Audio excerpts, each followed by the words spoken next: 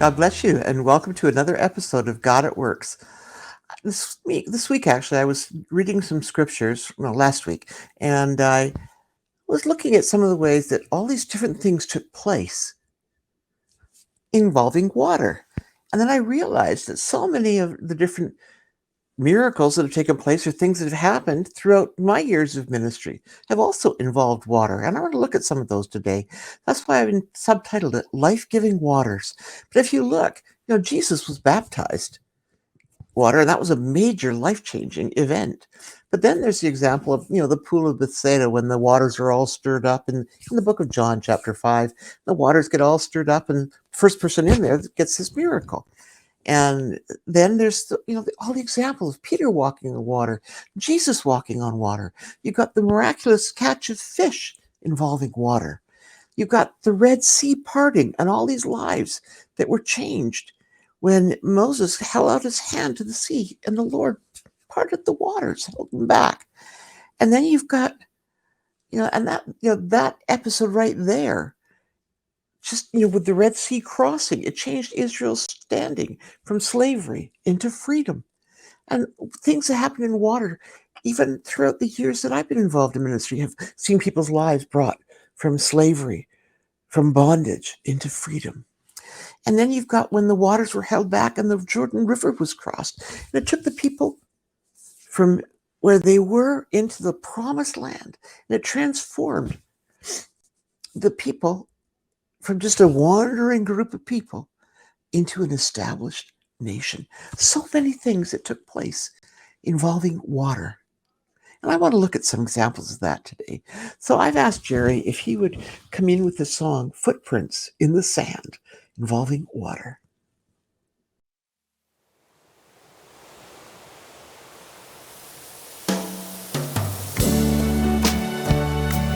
La la la la la la la la la la la la la la. I dreamed that I was walking along the sands of time. It seemed I saw my whole life flash before my eyes. The one who walked beside me gently led me by the hand. Together we walked onwards, left our footprints in the sand. And looking back, it seemed in times of heartbreak and despair, I only saw a single set of footprints walking there.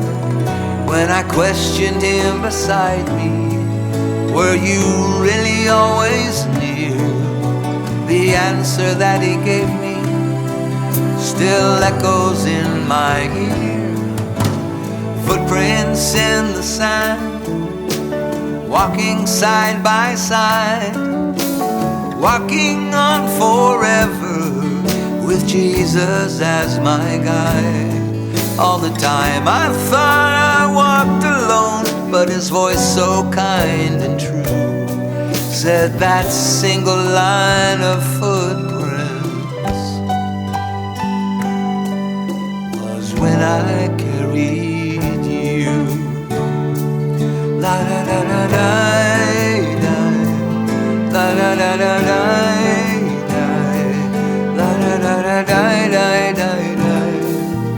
Through every time of disappointment, every time of lonely tears, there's one thing ever constant, never changing through the years.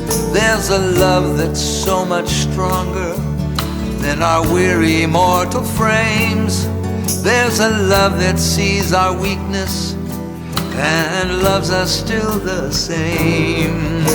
And even though the storms may blow across that windswept sand, and even when our trials may seem so hard to understand, there's a voice that whispers softly with a promise all sublime.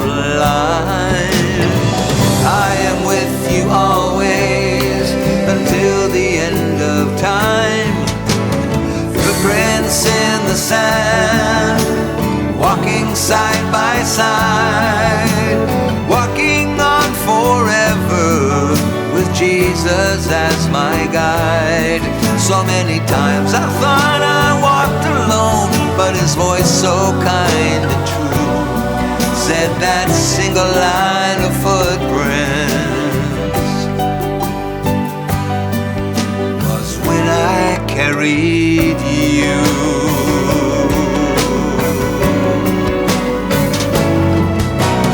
Footprints in the sand, walking side by side, walking on forever with Jesus as my guide. So many times I thought I walked alone, but his voice so kind and true said that single line of footprints,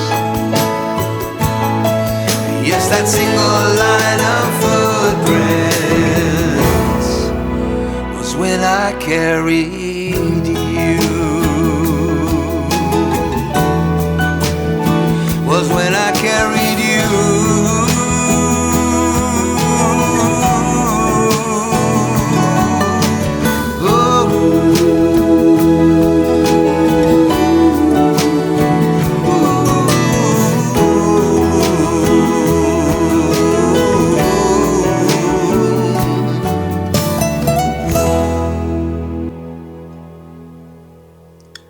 So many times when we think that we are having to go through something alone, when we feel that we're walking through it alone, we need to realize and remember God is walking through it with us and carrying us through it when necessary. You know, as I was going back over the years and thinking about different things with water, I was a fish. My parents would used to say I swam before I walked. I was in the water constantly. I lived on the beach. All the time I was on the beach. And when I was old enough, I started taking lifeguard training and swimming instructor training and all that type of thing. And there was this one swimming area where we did a lot of our training in the area of scuba diving and things like that. And it's a beautiful little lake. There's a picture here. The front area was the swimming hole that was blocked off only for swimmers. And out past that was there was more that boats that could come in, and that's a lot where we did a lot of our scuba diving training and things like that. But at that point, I knew God, I believed in him, but I'd walked away. That was in the time period where I'd walked away because I was so discouraged.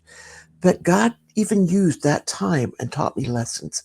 Out at this lake one day, when I was being trained to be a lifeguard, etc., one day we were out there doing our training in the scuba diving area, actually, and we found this guy face down in the water. He was drowning. He drowned, actually, and we had to pull him out and resuscitate him and things like that. And I realized at that point how much I needed to know and how much I needed God. Getting through those type of things was not an easy experience. And there were several places when I lifeguarded on beaches that I had to pull people out. And when I wasn't really leaning on the Lord, I started to realize and have it deeply embedded in me how much I needed him, how much we all needed him. But I was lifeguarding on a very wild beach one time, had to pull somebody else in. Somebody had jumped off of a rock, tried to dive off of a rock, thinking the water was deep enough. But as he dove, tidal water went out with the wave, and he went straight into the rocky bottom. And that person actually broke their neck. But it caused me to realize, it was right in the same time period that I was returning and coming back to the Lord and knew I needed a real relationship with him. But a lot of these experiences helped me to understand that. And, then the next picture, there's a beach that I did lifeguard on and had so many opportunities to sit there, watch the water, because the water always gave me a refreshing and a peace. And I'd watch the water and I'd be sitting there. And one day I watched a little child run out into the water. This little child was too little. His mother should have been on him, but wasn't. And this little kid went out there. And the next thing you know, there's a little bit of a drop off. and the kid was way over his head. And he was screaming and panicking and flapping his arms. I had to run in after him. It was another one of those experiences where I realized how much God was needed and so important. But this was a beach that I lifeguarded on for many summers and had so many opportunities in the water to see how God gave back life to people that were losing it. Actually, there used to be a big raft out there that it was a tidal water because it was the ocean. And so when it was low tide, you weren't supposed to be on that raft. And then at a certain level, you weren't supposed to dive off the raft. And a swim examiner, one that was examining the lifeguards courses and the instructors courses and all that, and he was the examiner, and stupidly dived off the high board when the marker was not at the, well, there wasn't a marker at that point, but it wasn't enough water to dive off the high board, and the person broke his neck. And from that point on, he was never able to lifeguard again. But so many things had happened, and we all saw this. Then all the changes that took place because of it. But we all had the opportunity to realize that our lives are so in the hands of the living God. Without him, things wouldn't happen. But then, after I was involved in missionary work and I was living in Africa, and my first child had been born, I was married, we were living in Togo. And other than the music, I was always wanting a place where I could go swimming, and got to know the American ambassador and his wife. And I had put up notices at the American school that I was going to be giving swimming lessons.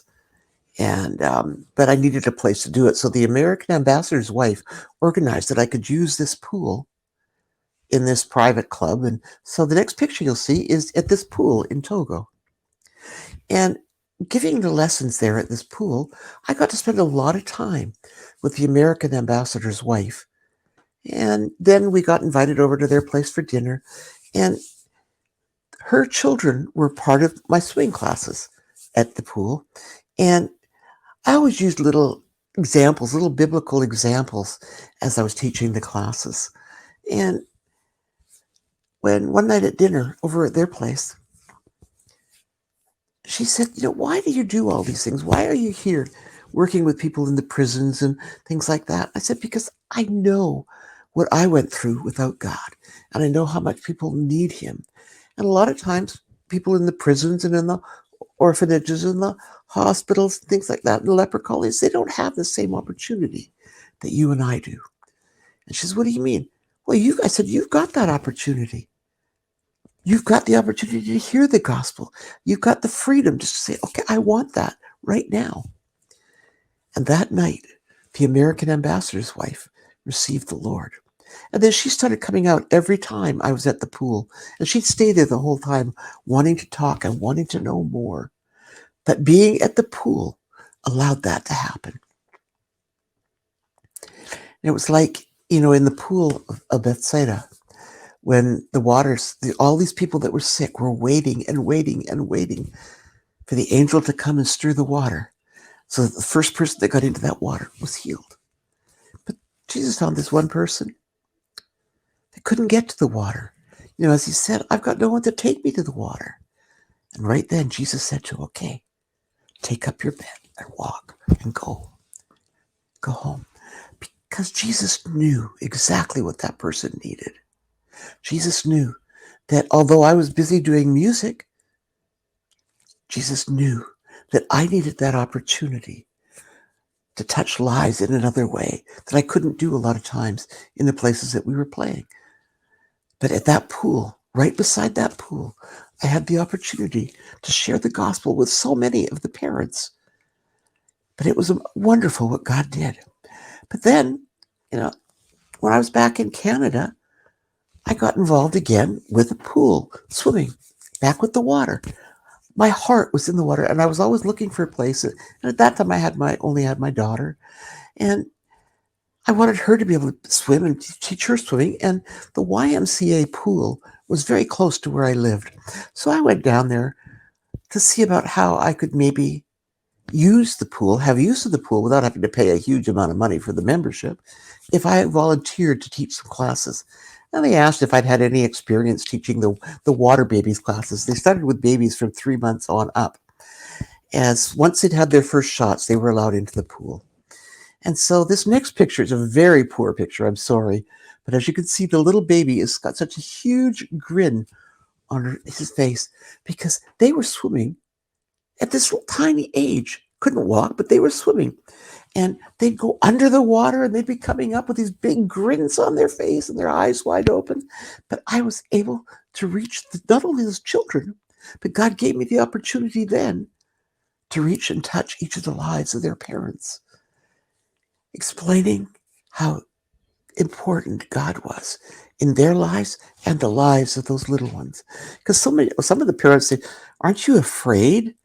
They're so tiny. Aren't you afraid that they're going to drown?" No, I'm not afraid because I know that God created them, He loves them, and He will bring them through. And I'm not going to do anything to endanger their lives.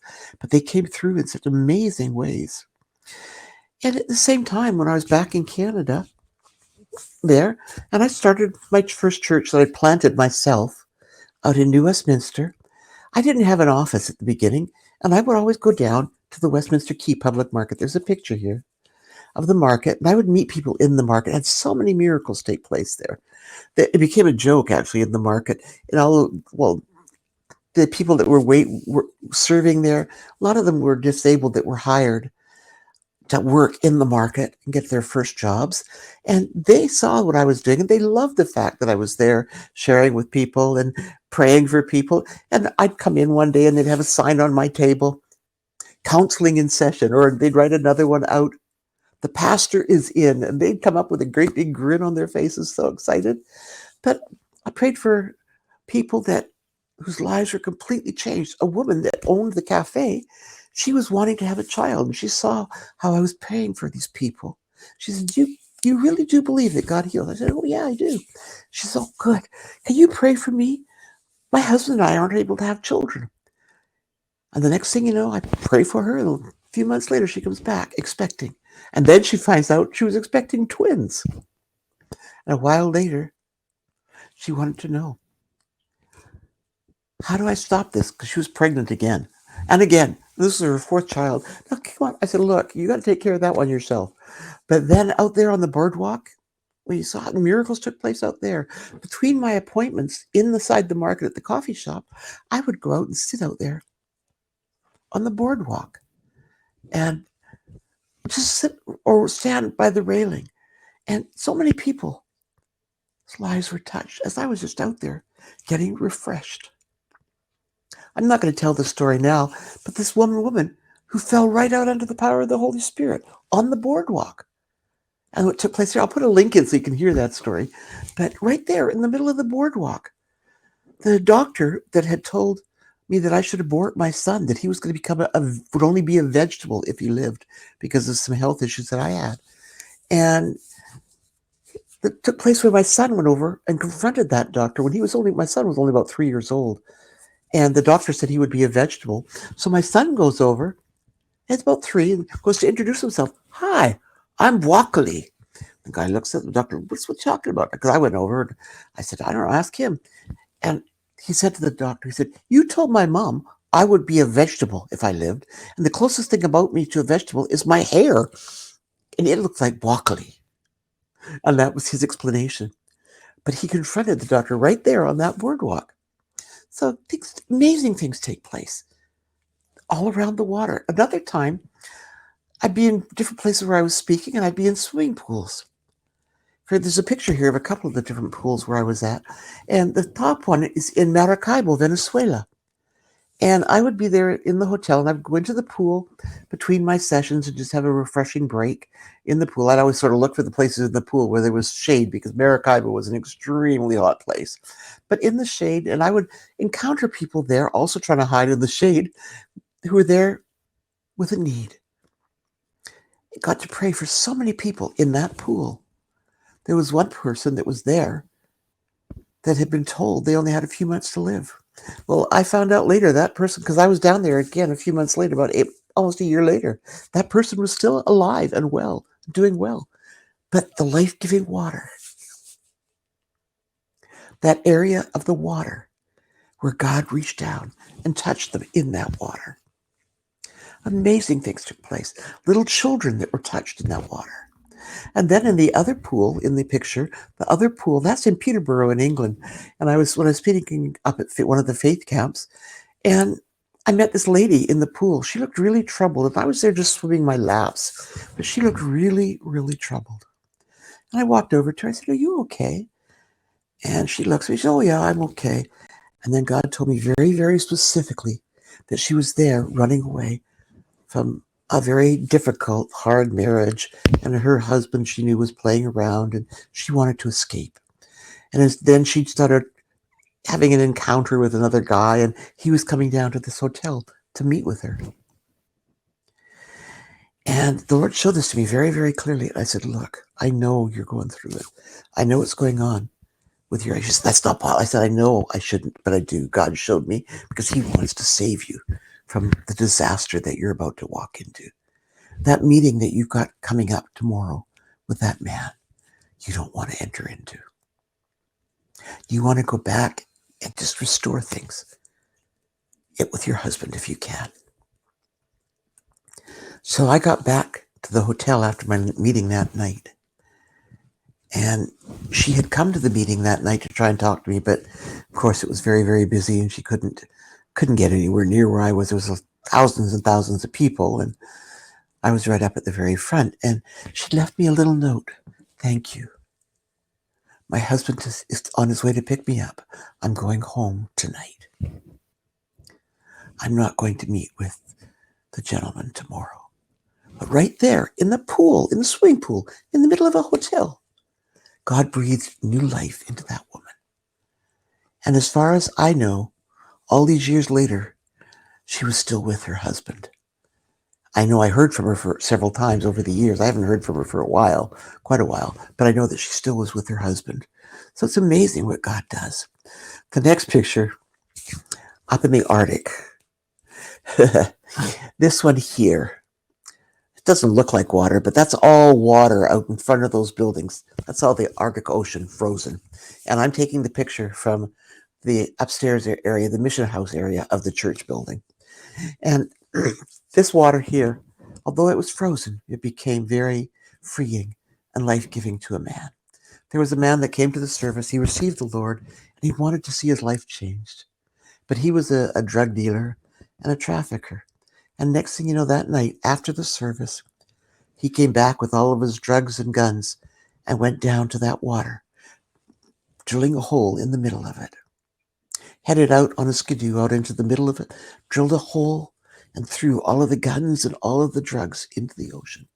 That water set him free from a life of addiction that he'd had and a life of crime that he was involved in for many, many years.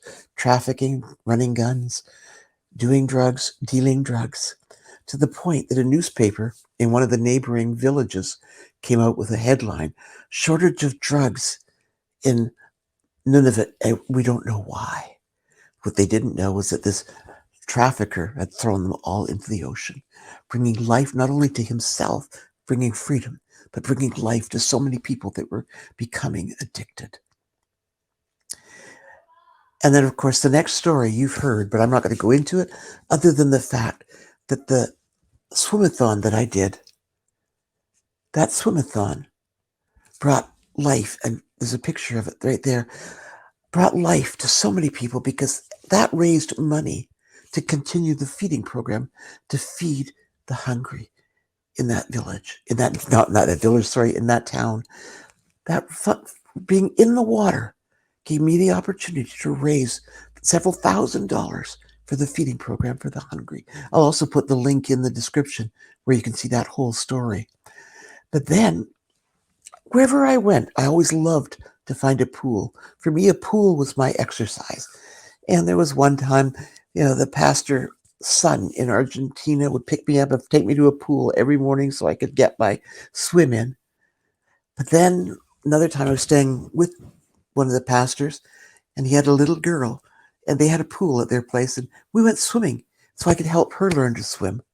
and gave her some swimming lessons right in the pool in her own house. But she loved the water. At first, wasn't too sure she liked it, but she got to the point you could see that big grin on her face.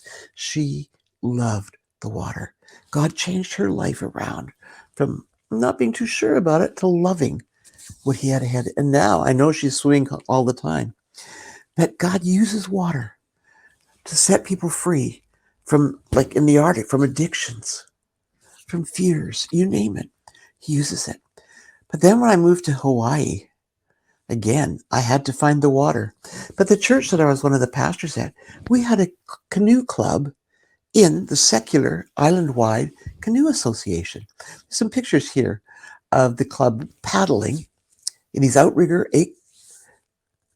6-man canoes and the teams. And so we were in the water constantly, but it was used as an outreach, not just to have a fun time paddling, which we all did, but became an outreach because people that were not part of the church came down and became members of the canoe club.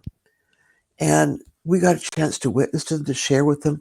There were so many people whose lives were changed. People that came down there thinking they were just getting into a canoe club. And yet, myself, as well as several of the other members of the church that were part of the club, got to share God with them, got to share the gospel with them, and their lives were changed. A couple of people involved in the club, their lives were totally changed. Right down there on the water. But then, down in Hawaii, I spent a lot of time. I'm not a hot weather fan. And one of my concerns about moving to Hawaii was the hot weather. But then I realized later, Hawaii is never too hot and never ever cold. But my car was air conditioned. My apartment was air conditioned. My office was air conditioned. And other than that, I would spend a lot of my time on the beach. This next picture is Alamoana Beach Park. And I would go down there and sit on the beach, and sometimes I'd just watch the water, find a shady spot and just watch the water. And I would always be looking for people that I could talk with and share with. And I found a person on the beach several times. At this one time, the person had been living a life of prostitution. And God healed her and set her free from that prostitution as we were sitting on the beach one day. And then she wanted to escape the city because she knew that as long as she was there, the pimps were going to find her. And I helped her arrange with a brother of hers that lived on one of the other islands to get her over to the other island. She moved in with her brother, who just happened to be a Christian. She moved in with her brother and his wife for a while until her life was completely freed and changed around. But she was freed from that life of slavery to prostitution and drug addiction. God set her free and brought her into a new living relationship with him. So water plays a lot of parts in so many things that I've had dealings with and been involved with. And it's so wonderful to watch how that water in so many places, in so many ways, the involvement of water in seeing lives transformed, in seeing complete freedom given to slaves, just like in the scriptures. You know, the people that crossed over the sea from a land of slavery into the land of freedom. The same in all of these different cases. That is like every single one of these cases, I had to be looking to Jesus to see exactly what he would have done or have said and with whom in each one of them.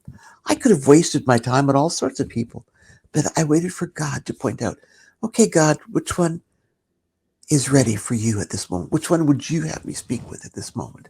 So I've asked Jerry if he would sing, I Will Look to Jesus.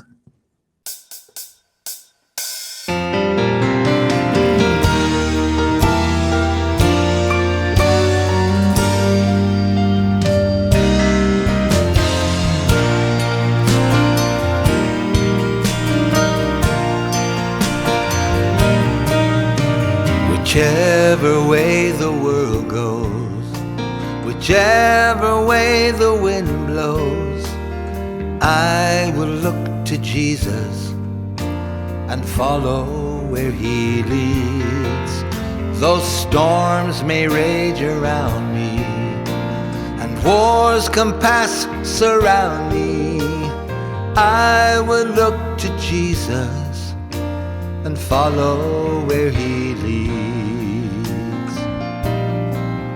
He sees beyond the present to a future resplendent, a day with no more sorrows, when all tears are wiped away.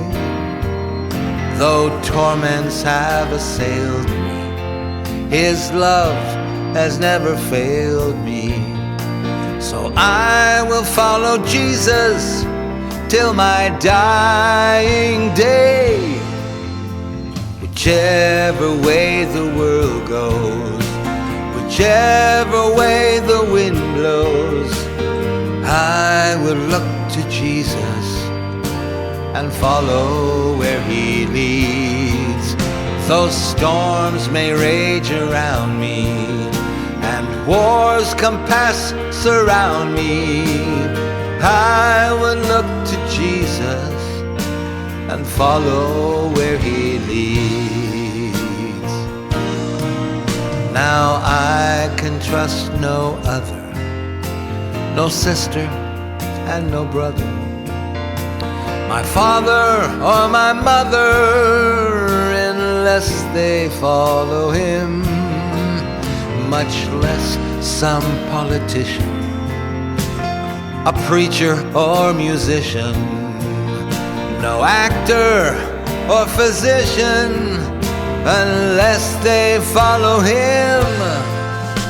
Whichever way the world goes, whichever way the wind blows, oh, I will look to Jesus and follow where he leads. Those storms may rage around me and wars compass surround me, I will look to Jesus and follow where he leads.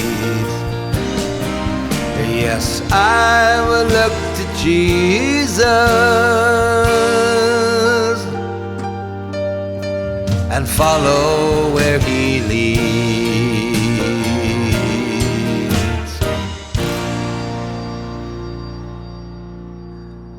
I will look to Jesus and follow where he leads.